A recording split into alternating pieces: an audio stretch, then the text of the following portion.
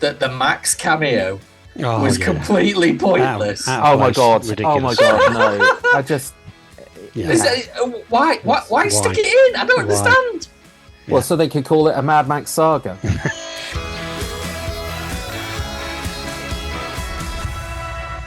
Hello and welcome to the AV Forums Movies and TVs podcast for August 2024. Tonight I'm joined by Simon Crust. I'm Mad as Max.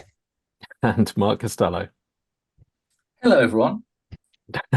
For our August Movies and TV podcast, we'll be offering up a top 10 list of recommended watches, and then we'll deep dive into our topic of the month, Furiosa, A Mad Max Saga. More on that later.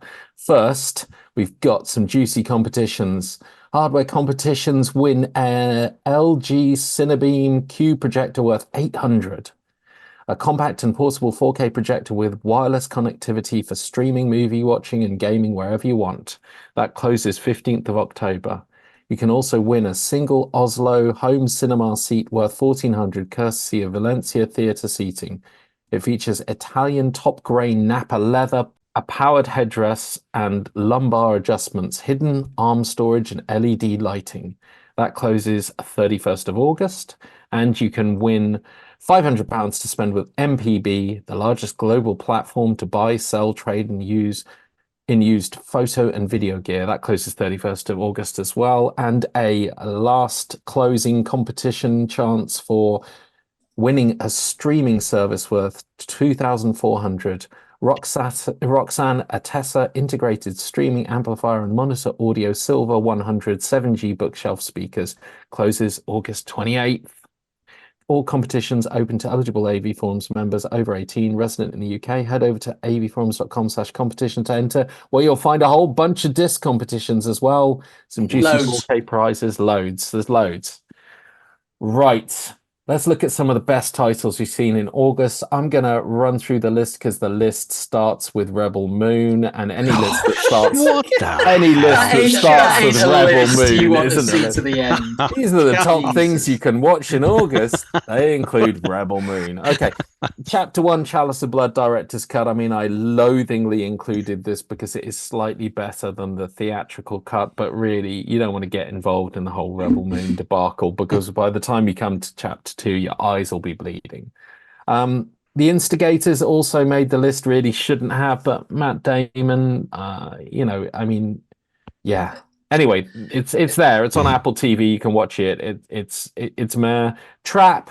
I read your review, Mark, and I actually want to see it despite the score. So that did make the list. Do you know what? It's worth it just to see Hartnett. He is very, very good in it. I think it's just it will be the running theme of this podcast.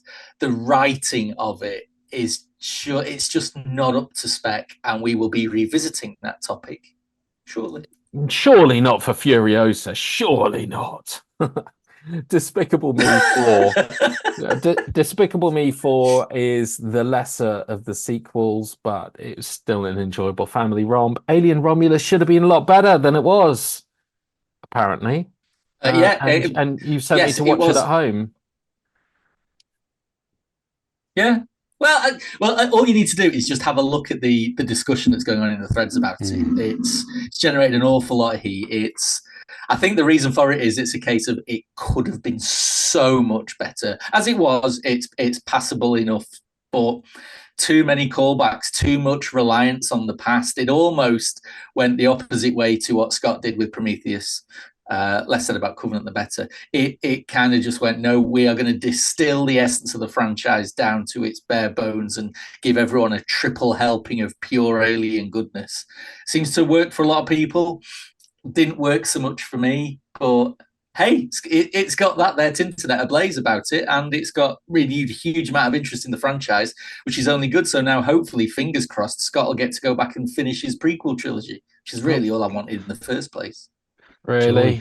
Really looking forward to that. Awesome. But do you know what? Do you know what though? And I tell you what, you watch Romulus, and you will have a newfound appreciation for Prometheus. Really? It'll have me reaching for my flute, will it? Yep. Yeah. Well, Kaz, you know what they say. You blow, I'll do the fingering. Oh, God. Oh, If anybody out there's still watching Walking Dead after a billion TV series and then it concluding and then doing spin-offs and then the spin-offs taking a year to hit Sky, there are two new ones. Daryl Dixon. Jesus. Yeah, Daryl Dixon and Dead City. And stone me, but I enjoyed both, and I really enjoyed Dead City a lot more than I thought I would. Really, really moody piece, and Jeffrey Dean Morgan is worth every second of screen time. Interview of the Vampire came back for part 2, concluding the story of Interview of the Vampire, because it adapted the original first novel in 2 parts. And anyone who's seen the Cruise movie will know it ends pretty spectacularly, and it's a nice run up and a nice conclusion and some very sweet twists. I'm halfway through season 2, Kaz. I'm enjoying it. Not as much as season 1. It's missing Lestat an awful lot. I know, but it really makes up for it at the end. Good. Yeah, it does miss him, and it's a really slow start, but the payoff is, good. I think it's excellent. So I shall keep watching then. Yeah, do, because I thought that for the first few episodes, I was like, this doesn't work without him. But they kind of feature him more and more. Mostly through Louis going mad, and I think that kind of works. But the payoff, the payoff is really good. And my pick of August was actually Bad Monkey, Vince Vaughn. It's Bad Vince Monkey. Vaughn, in Florida. It's a bit like Florida Man on Netflix, which no one watched, but was actually a lot of fun. I think you watched it, Si. Nah. No? Okay. Well, Florida Man on Netflix is also worth a watch, but Bad Monkey is Vince Vaughn doing his kind of Motormouth thing, but more restrained, and it really works. It's very funny. It's kind of a sort of an Elmore Leonard-esque romp, all about the script and the quirky characters. Really enjoying it. Enjoying it. And I also watched... What's that on? Apple? That's on Apple. And I've also watched the first 5 minutes of the new season of Slow Horses. And is it back? Very excited. It's not back till September. But, I was going to say, I'm all over Slow Horses. All over it. Yes. The new season looks juicy. Nice. Nice. Right, our main discussion, Furiosa, A Mad Max Saga. I really hate having to say A Mad Max Saga. Yeah. For starters, we'll let you off it, Kaz. Just Furiosa. You're amongst friends. It's fine. It's ridiculous. I was gonna introduce this by talking about Mad Max, but I'm gonna say they should have just let this stand on its own as Furiosa. Sticking A Mad Max Saga and as its subtitle is clunky and cheap, and I think it would have been fine just calling it Furiosa. I disagree. What you need it to have a Mad Max Saga on there to sell it. Yes. That didn't work out. Well, no, but I think it's been what? How many years since Fury Road? How many people would have remembered that Furiosa was in Fury Road? No, it should have sold it for their own its own thing. Yeah. Generate interest that way. Because the other way round is you call it Mad Max Saga and everyone starts going, well, where's Mad Max? Well, it's a double-edged sword, but we'll come on to that as we drill into it. Right. So Mad Max, whatever, 30, 40-year legacy? Yeah, 45. Chunk of change. 40, yeah, 45 nearly. Yeah. Was it 81? No, 81 was Road Warrior, wasn't it? Yeah. So 79? It was 79. So a chunk of change for Mad Max, the original Mad Max, which I didn't see first. I saw Road Warrior first. I came into Mad Max afterwards. It's an interesting thing because it does start pre-apocalypse, and it introduced us to this, iconic Mel Gibson character and to Miller's particular style of absolutely insane road wars on a budget. Right from get-go, it was on a budget.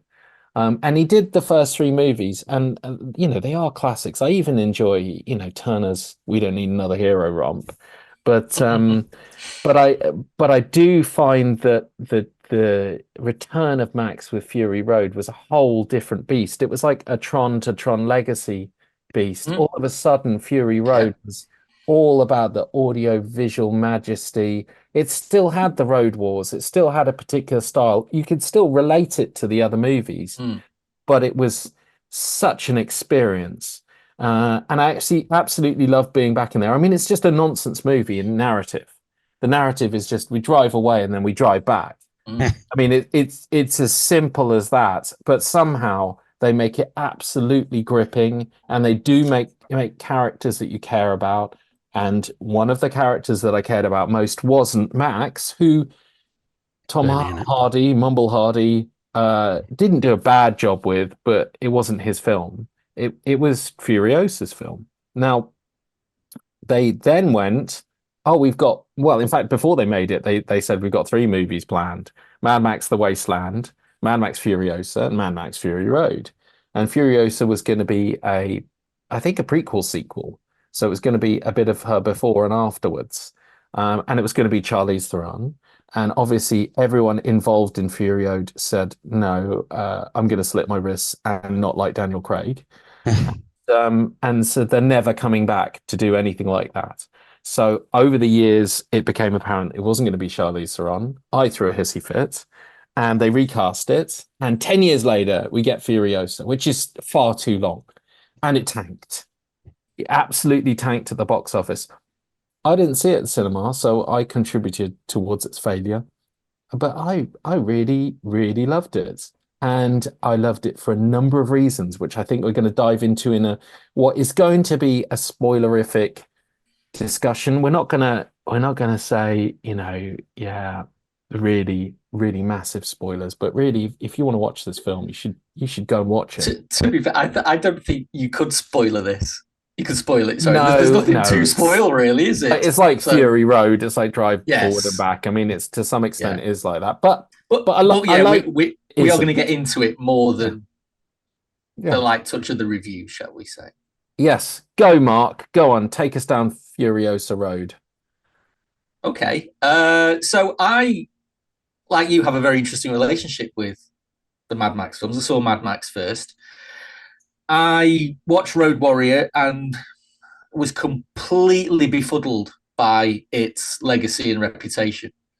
Thought it was all right, but seeing as it was heralded as this, the beginning of the dawn of action cinema, the vehicle, ideal word, that proved that action, pure action and nothing but action can be cinema. I thought it was all right. Interestingly enough, I was much more interested in Beyond Thunderdome because weird. That is weird. Well, hang on. Bear in mind, I'm going back some. So this is my first introduction, and I liked the expansion of the mythos with Thunderdome. I liked the fact that Road Warrior had established this grim world where basically, it was sand and fuel. That was it. That's all that mattered: sand and fuel. And Thunderdome tried to create a living, breathing world with real characters in it. And I thought, you know what? Did a fairly decent job. Could I have done without the kids? Mm-hmm. Possibly. But, let's be honest. It was the 80s. There was moppets everywhere. It was de rigueur, so it was fine. And then, obviously, off the back of Fury Road, which I saw in a empty cinema on Guernsey while I was away with work. I had 2 nights. The first was Avengers Age of Ultron, and the second was Fury Road. And Fury Road was amazing. Yeah, Fury Road was absolutely amazing. At that point, I went back and revisited the 3 Mad Max films, kind of sort of about-faced a little bit on them. I can see why Road Warrior is held in such high esteem. But interestingly enough, on a recent rewatch of Fury Road is a remake of Road Warrior, which is fine, which is absolutely fine. So you know what that makes Furiosa? It's a remake of Thunderdome. Well, bear with me. If you think about it, Fury Road established basically sand and fuel. That was it. There's these characters that are in it, but it was nothing but sand and fuel. So along comes Furiosa, and what's Miller tried to do? He's tried to create a world within that environment. He's tried to expand the mythos. He's tried to put characters in it. Ironically enough, how does Furiosa start? With a moppet. Oh, there we go. So I view Furiosa as, a Thunderdome version, a cover version of Thunderdome. And it works for the same things for me, and it fails for the same things for me. But it was and I've just picked up the 4Ks of Road Warrior and Thunderdome, so I've seen them both this year, and it was immediately apparent the minute I'm watching Furiosa. I only watched it for the first time last week. I thought, this is Thunderdome. He's doing exactly what he wanted and tried to do with Thunderdome. He's doing it here, except I don't think it went far enough. I think for me, and we can get into this, and I'm sure we will, the thing that stuck in my brain was I heard an interview with Miller where he explained the origins of Furiosa, about how on one of the many periods of downtime when they were filming Fury Road, he gave Charlize Theron, in essence, the backstory of Furiosa, which they just began working up and adding more and more to it because they had so much downtime. And before you know it, they had something which both of them thought, hang on, we could turn this into a movie. And I get that then they were all ready to go and they wanted to do Furiosa first back then because it made a natural progression anyway. They went with Fury Road. But to me, it feels like, certainly the script of this feels like it was born from, it's backstory for another film. It didn't feel like it had enough in it to give it that mythos expansion I think the world deserved, and I think that something like Beyond Thunderdome actually did. So I don't dislike this, not by a long shot. On Letterboxd, when you have to put a score in, I gave it 7 out of 10, which ironically enough is my same score for Thunderdome, and I gave Fury Road 8 out of 10, which is the same score I gave Road Warrior. So yeah, that's kind of where I'm sitting in. Whereas Fury Road is obviously an 11. Yeah.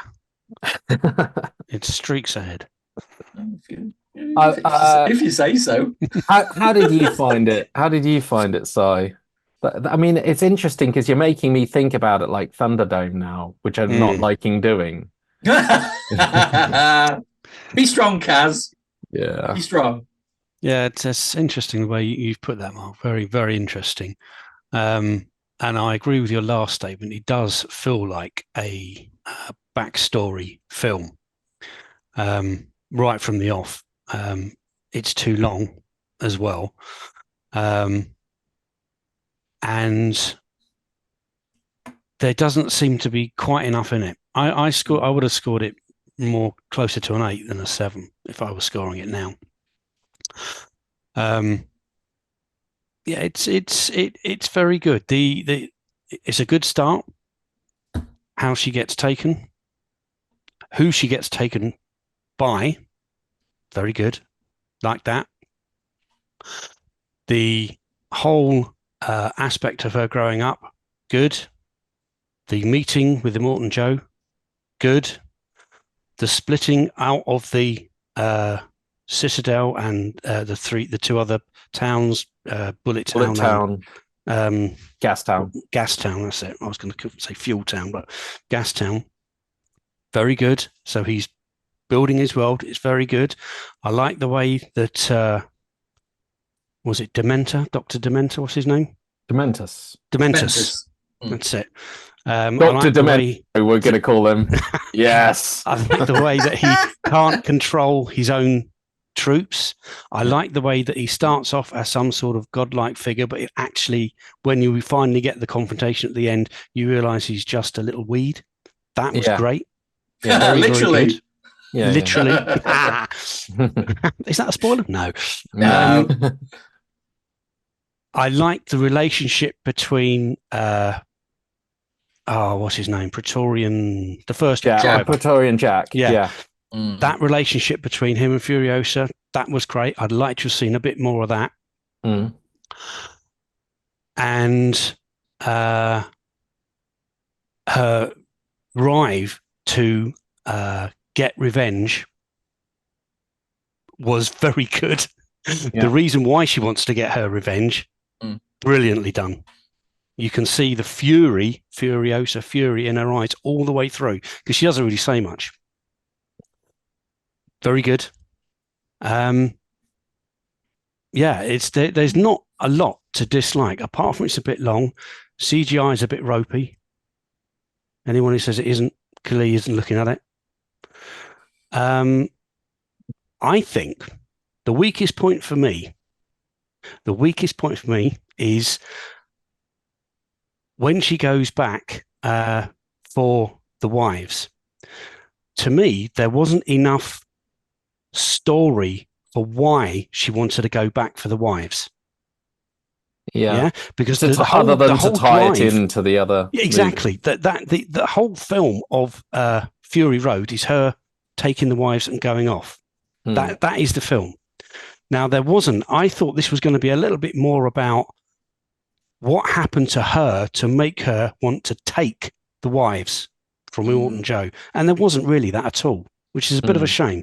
Yeah. That for me was the weakest point. I think the connective tissue, for me, and I'm going to go with criticisms first. I think the connective tissue was weak. I think that they had an uphill struggle without Charlize Theron, but I couldn't see how the end of Furiosa was the start of Fury Road. I just couldn't. It didn't work for me. If they stuck 10 years, then I can see how they did it, but I can't see how it literally led into it. It was literally, yeah. They rushed that. I actually think that they rushed the montage 3-way battle, which was shot as like a the 40-day war. Yeah. And I think that was a shame, because it was a 40-day war, but in screen time, it was like 40 seconds. And it didn't give it enough impact to change the landscape, the power balance so dramatically, from like one side being so on the back foot to then dominating the others. And that's essentially what took place in a matter of minutes over this 40-day war. And I think the scene started with one character facing off against some others, and very much feeling overwhelmed and outnumbered in an instant, and then 40-day war, and then at the end coming out on top of everybody. And that to me felt unearned and underdeveloped. So I actually would say that it was a long movie, but I would have done with it being longer if they'd have fixed that and connected it better, or not connected it, just had a scene at the end that suggested that at some stage in the future you would get Fury Road, rather than try and link the two movies to the point where the movie ends with a montage of Fury Road. That was so stupid. As if this is what. Yeah, this is what's, and that all that does is remind you, there's Fury Road. This comes next. And then all of a sudden you're left going, this comes next. But I'm gonna say those are my criticisms. And actually, I love Furiosa. What I've noticed, and it'll come on to this in the disc review when we talk about some of the titles I've watched recently. What I love about some of these movies that are flawed is the ambition. You know, I was thinking about this when I wrote up the Riddick review, Chronicles of Riddick review. These movies are really flawed. I get it. But the ambition is, if you think about it, it is almost written in Hollywood law that you must make a sequel which is bigger, has more explosions, and does pretty much the same as the first movie, but bigger. That is the mantra across all sequels. You have to follow the formula. You have to have it, but it has to be bigger, more explosions, more body count, more craziness. Teeth. Yeah, it just, to borrow a line from Jurassic Park. Yeah, you can't really do something different, and I think that is ultimately where I really applaud Furiosa, because it isn't just Fury Road again. It is a completely different style and narrative And like you say, it goes world building. It might indeed be a bit Thunderdome. I actually felt it was also a bit Mad Max in the way it introduces us into this world and introduces her into this world.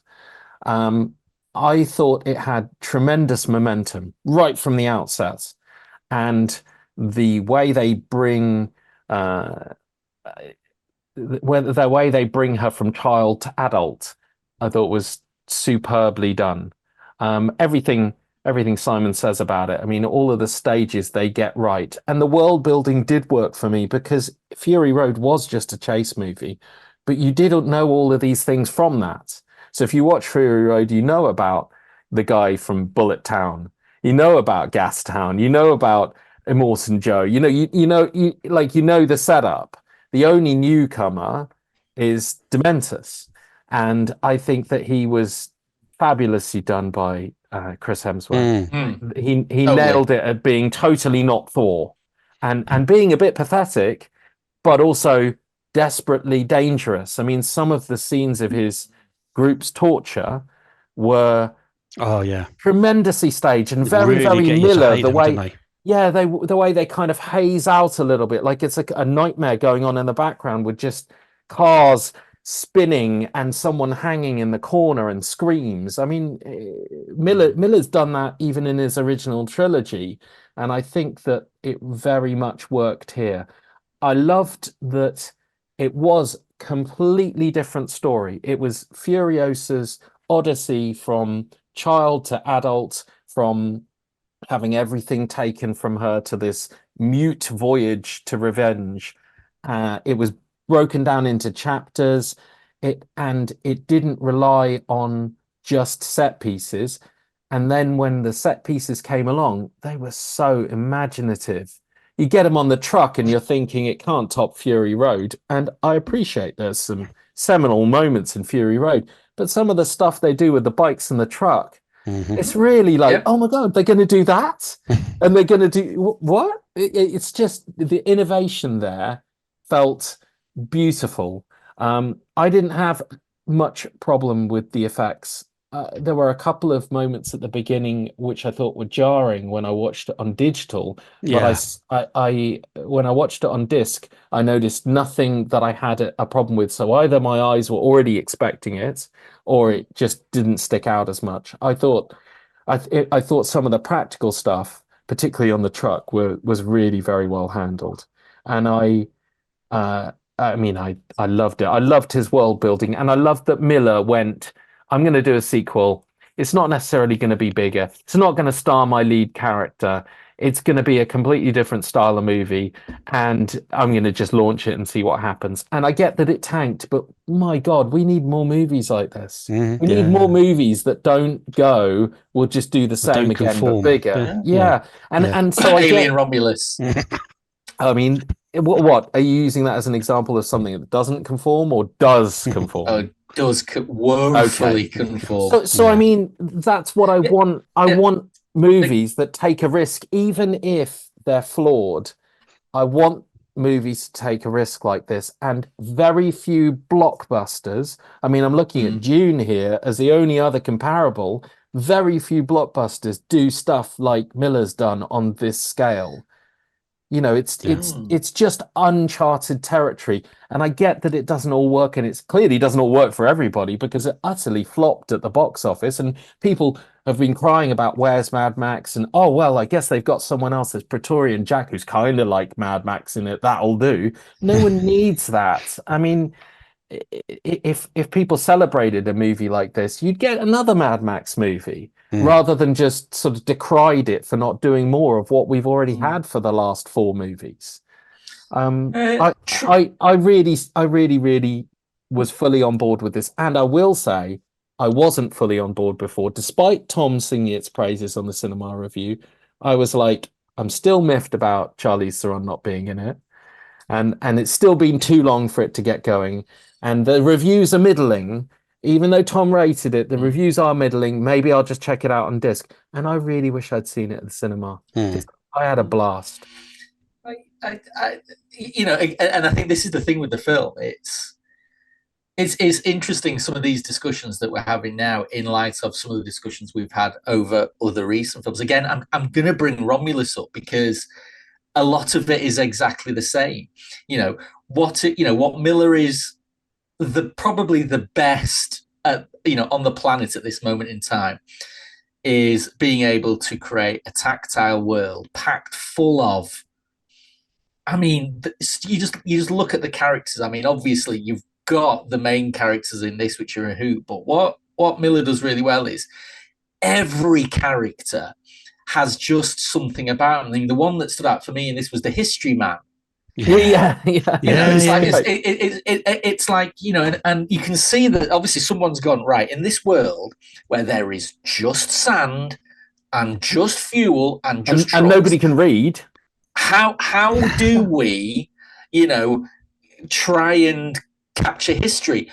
The history man, and you think that's clever. That is world building 101. I think that you're absolutely right, and I think if you look directly at Kingdom of the Planet of the Apes, where they did William H. Macy, I think, as the like equivalent, the old guy in the background who could help train the apes on human history and who could read books.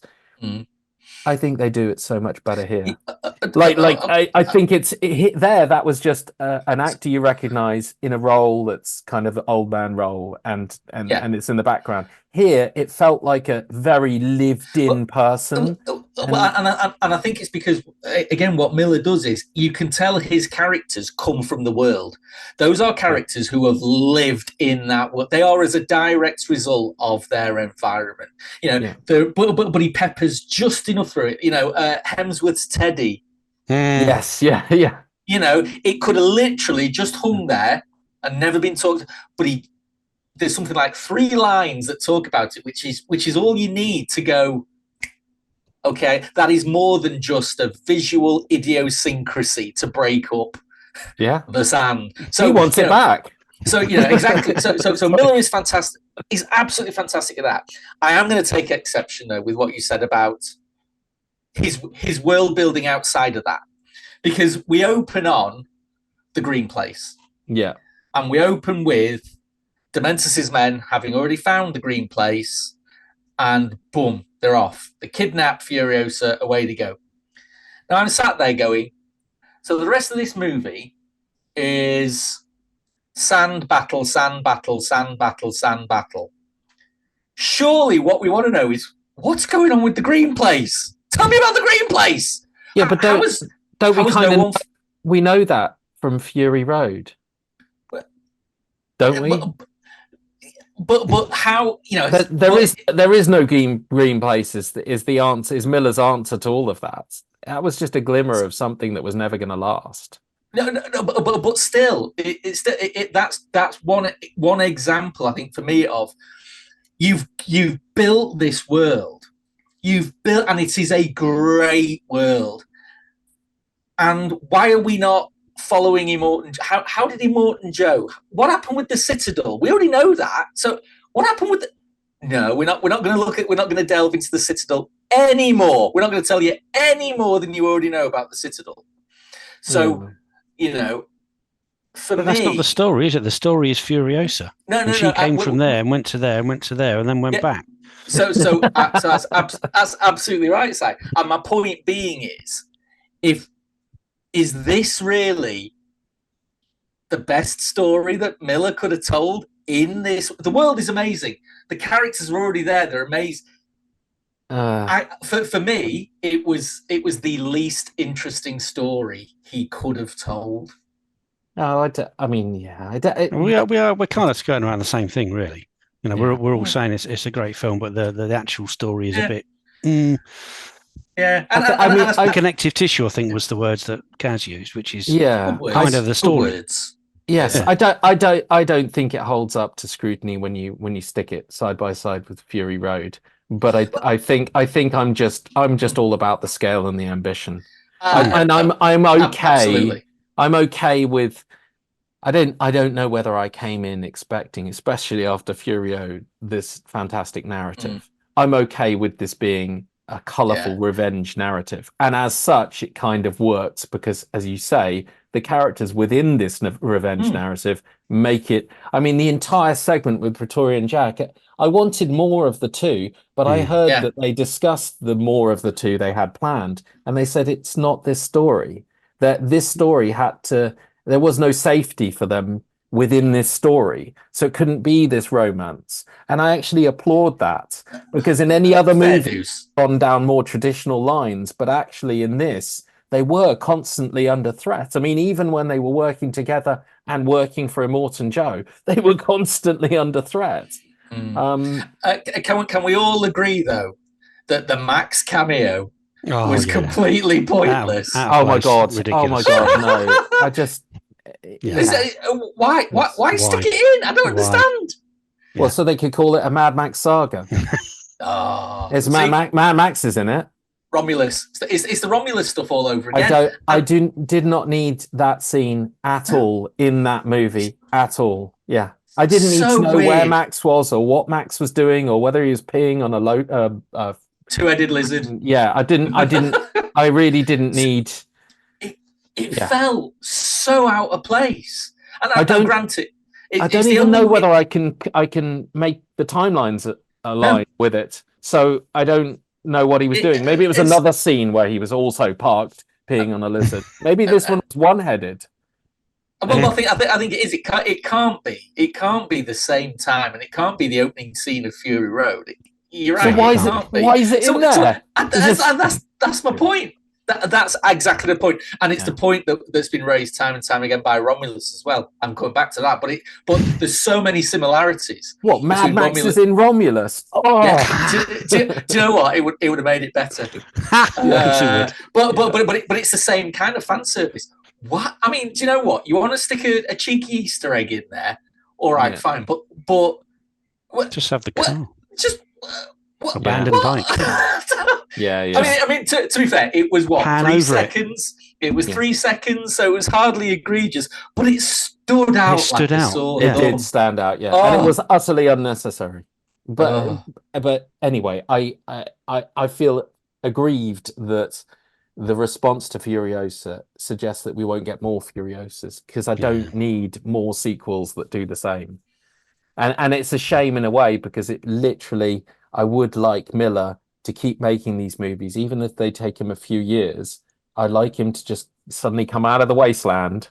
I've been in the desert for a bit, and I shot this, and it looks like this. I mean, I am on board with that. If he can find a way to doing Mad Max Wasteland, I'm all in on that. And I think it's such a shame. He'll be about 100 years old though when that comes around. it's what I hope. De-age himself. Yeah, but it's what I hope for. It's Warner, isn't it? So Warner did June, and I feel like someone in Warner, if they just go, these are worth the risk, then they might keep making. Well, they're not. Yeah, money have they? I don't know, but if they, I know what you're saying, but if they have a legacy that includes movies which are remarkable for different reasons, maybe that's enough. And I think that they make enough DC movies. They make enough nonsense and commercially successful nonsense and enjoyable nonsense to fund the coffers to keep making stuff that you go, look, the Warner catalogue has got Fury Road and Furiosa and Wasteland in there, and Dune 1, 2, and 3. I mean, someone in the executive team must have looked at Dune and gone, well, it didn't do great, but you know what? It's worth a sequel, and we got a sequel, and it did gangbusters in inverted commas. I don't think they're the same. I think the problem you've got now is ironically, I think it's the exact same problem that Miller had back in '81, which is I've created pure spectacle with Road Warrior and with Fury Road. What else do I do? And you're right.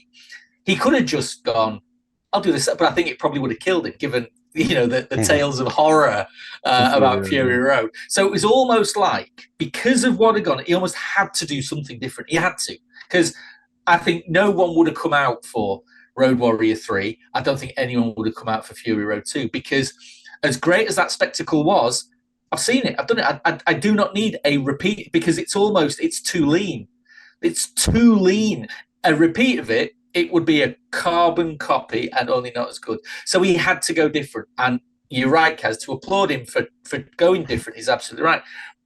But he's got the same result as he had with Thunderdome, which is, I tried it. It didn't really work, did it? Yeah. Because the world he's created is sand and fuel, and that is it. It is not a world that leads to in-depth characterizations who have deep-seated emotional relationships and darkly complex backstories.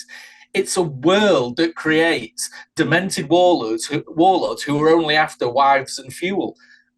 That's it. So he's almost hamstrung himself by creating this world, because what else can you do in it other than potentially the wasteland? He gets to the end of the wasteland and guess what? Oh, it's the 20th century. Hey, what? Hey, what? Hey, now that'd be fun. Can you imagine Dementors going down, the M6? I'd watch that. But you should try the M25. You wouldn't get very far. but it's the problem, which is now I am struggling to see what Miller could do for a third film here. Yeah, I'm genuinely struggling. I kind of don't want another prequel. Yeah, agree. So I could see why, if he's hamstrung by budget, he does a Riddick and goes Mad Max, low-key, surviving in the wasteland.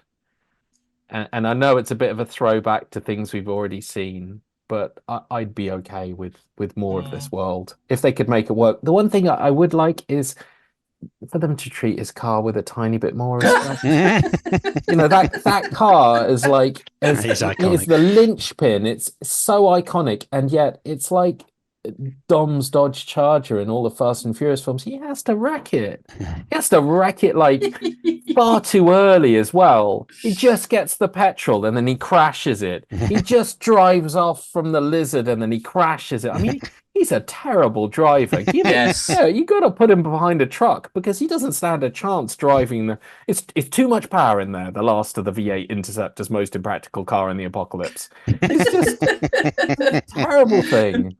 Anyway, I'm up for more. I know we probably won't get it, or we'll be very old when we do. But I am up for more. I mean, I think the key to it is, Kaz, I think people should absolutely go and see it. We've seen in the forums some fairly barn pot reasons for not seeing it. People saying, "Oh, it looked like it was just another girl power type film." What? Yeah, it's great. It's not that. I mean, in fact, if that's what you see when you look at it, that's fine. But take it from those that have seen it. It ain't that. So don't let stuff like that put you off. Give it a go. There is an irony there, though. The irony is that they're probably the same people who absolutely love Fury Road and are still in denial about the fact that it was absolutely Furiosa's movie.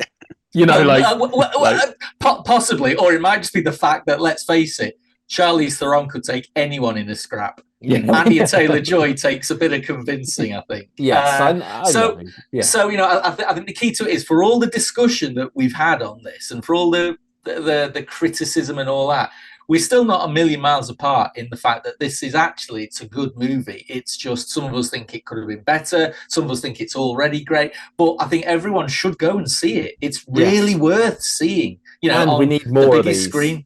We need, not more of this, but we need more risk taking. Yeah, well, yes. I'm not talking just about Max. We need more sequels that take risks. Yes, rather definitely. than sequels that appease studios. So here. Right. Okay. That's it for we done it? Podcast. We have done it. Bloody hell. God, we can waffle some crap. We can. Jesus. If you enjoyed the podcast, please give us a like and subscribe to the channel. Hit the notification bell so you don't miss out when we publish our live streams, product reviews, and more. If you really like to buy us a coffee, buymeacoffee.com/avforums. Follow us on Twitter and Facebook. Bookmark avforums.com for the latest reviews, news, and videos. Give us a 5-star rating. Whatever service you use, whether or not you liked it, just give us a 5-star rating. Do it. Thank you very much for listening and join us for another podcast real soon. Cheers all.